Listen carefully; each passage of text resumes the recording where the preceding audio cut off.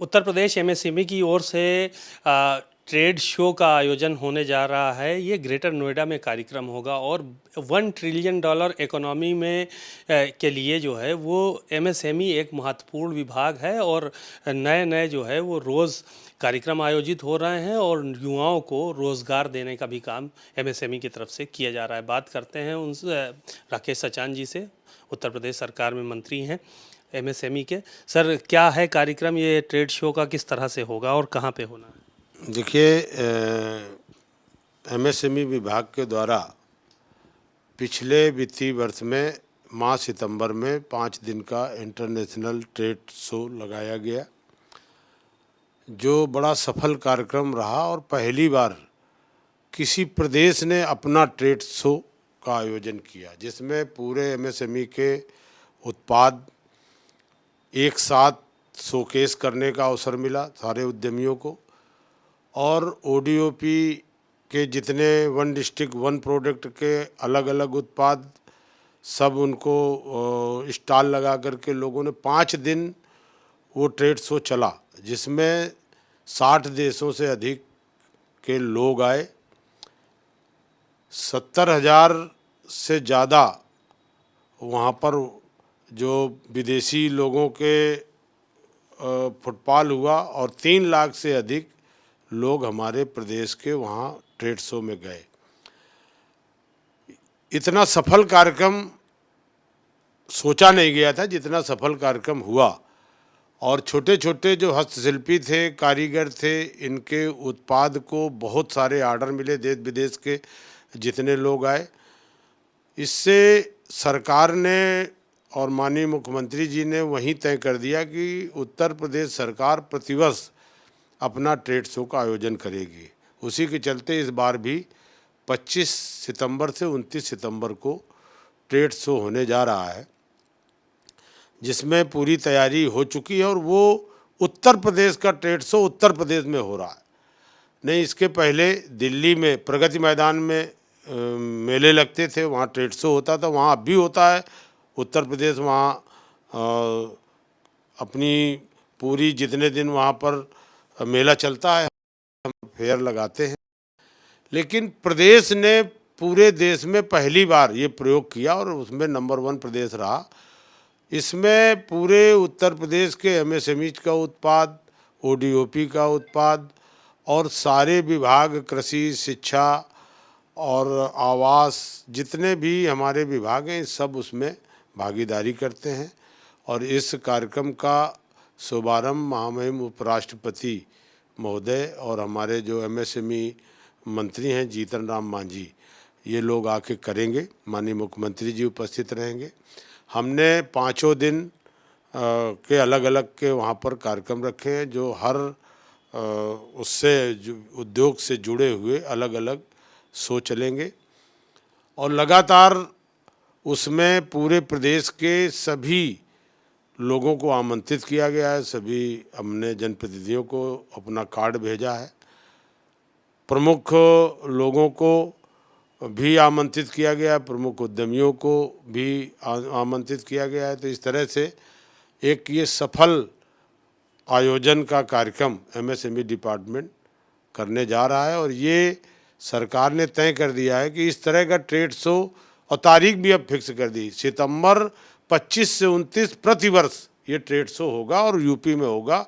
और एक बड़ा व्यापार यहाँ से मिलता है। पिछली बार भी लगभग 5,000 करोड़ से अधिक का व्यापार हुआ और इस बार भी हमें संभावना है कि 70 से 80 देशों के लोग आएंगे। और बहुत बड़े पैमाने पर हमारे छोटे छोटे हस्तशिल्पी, कारीगर जो अपना उत्पाद करते हैं, वो जिनको पसंद आता है वो ऑर्डर दे देते हैं। सालों उनको लगता है बनाने में, तो बहुत बड़ा एक रोज़गार मिलने का काम होता है। और हमारे जो वन डिस्ट्रिक्ट वन प्रोडक्ट का एक शुरुआत उत्तर प्रदेश ने की, आज उसकी लगातार डिमांड बढ़ रही है। और उससे जब उत्पादन की ज़्यादा डिमांड होती है तो यहाँ और रोज़गार लोगों को मिलता है। सर, सुप्रीम कोर्ट का कल आदेश आया है। विपक्ष बड़ा हमलावर रहता था बुलडोज़र को लेकर, सुप्रीम कोर्ट ने रोक लगा दी है कुछ दिनों के लिए, जब तक अगली सुनवाई नहीं होती है। क्या कहेंगे, जो बुलडोज़र की कार्रवाई थी अब वो नहीं हो पाएगी? देखिए, पहले भी योगी सरकार ने कानून व्यवस्था को चुस्त और दुरुस्त रखने के लिए जो माफिया थे, जो तमाम सारी घटनाओं में लिप्त रहते थे, उनके खिलाफ कार्रवाई होती थी। माननीय सर्वोच्च न्यायालय का फैसला आया है। निश्चित तौर पर न्यायालय के फैसले को मानेगी सरकार, लेकिन कानून से कोई खेलेगा तो उसको सरकार बख्शेगी नहीं। जम्मू कश्मीर में चुनाव हो रहे हैं, पहले चरण का चुनाव आज हो रहा है, वोटिंग वहाँ पे शुरू हो गई है। क्या लगता है भारतीय जनता पार्टी अपने आप को कहाँ पे पा रही है वहाँ? देखिए, भारतीय जनता पार्टी पूरी तरह से वहाँ चुनाव भी लड़ रही है और आने वाले दिनों में जो भी पहली बार लोकतंत्र की बहाली हुई है, सरकार जो भी बनेगी वहाँ, वो भारतीय जनता पार्टी के सहयोग से ही बनेगी। अखिलेश यादव लगातार निशाना साधते रहते हैं भारतीय जनता पार्टी पे। कभी उन्होंने एक बार ये कहा कि जो मठाधीश हैं वही माफिया हैं, इस तरह का उन्होंने बयान दिया और उसके बाद कई संतों ने विरोध भी किया। तो तमाम तरह की इस तरह के घटनाक्रम उत्तर प्रदेश की राजनीति में अब देखने को मिल रहे हैं। इन बयानों को किस तरह से देखते हैं उत्तर प्रदेश की राजनीति को लेकर आप? देखिए, योगी सरकार लगातार प्रदेश के विकास के लिए, डबल इंजन की सरकार, योगी मोदी जी की सरकार लगातार विकास के लिए काम कर रही है। सबका साथ, सबका विश्वास जीत करके सबके विकास का कार्य सबके प्रयास से हो रहा है। उसमें लगातार, चूँकि जिस तरह से उत्तर प्रदेश में जो बयान आ रहे हैं वो पॉलिटिकल बयान है, कोई इस तरह के बयान नहीं है जो आप कह रहे हैं कि मठाधीश तो मठ में रहते हैं, तो वो संतों को बुरा लगा और जिस भाव से वो बयान दिया गया वो उसकी सभी मतलब मठ के जो जितने भी धार्मिक धर्माचार्य थे उन्होंने उसकी निंदा भी की। तो सोच समझ करके बयान देना चाहिए। केजरीवाल ने इस्तीफ़ा दे दिया है और कहा कि भारतीय जनता पार्टी ने बड़ा जुल्म किया हमारे ऊपर, आतिशी को अब वहाँ पर मुख्यमंत्री बना दिया गया है। क्या कहेंगे आप?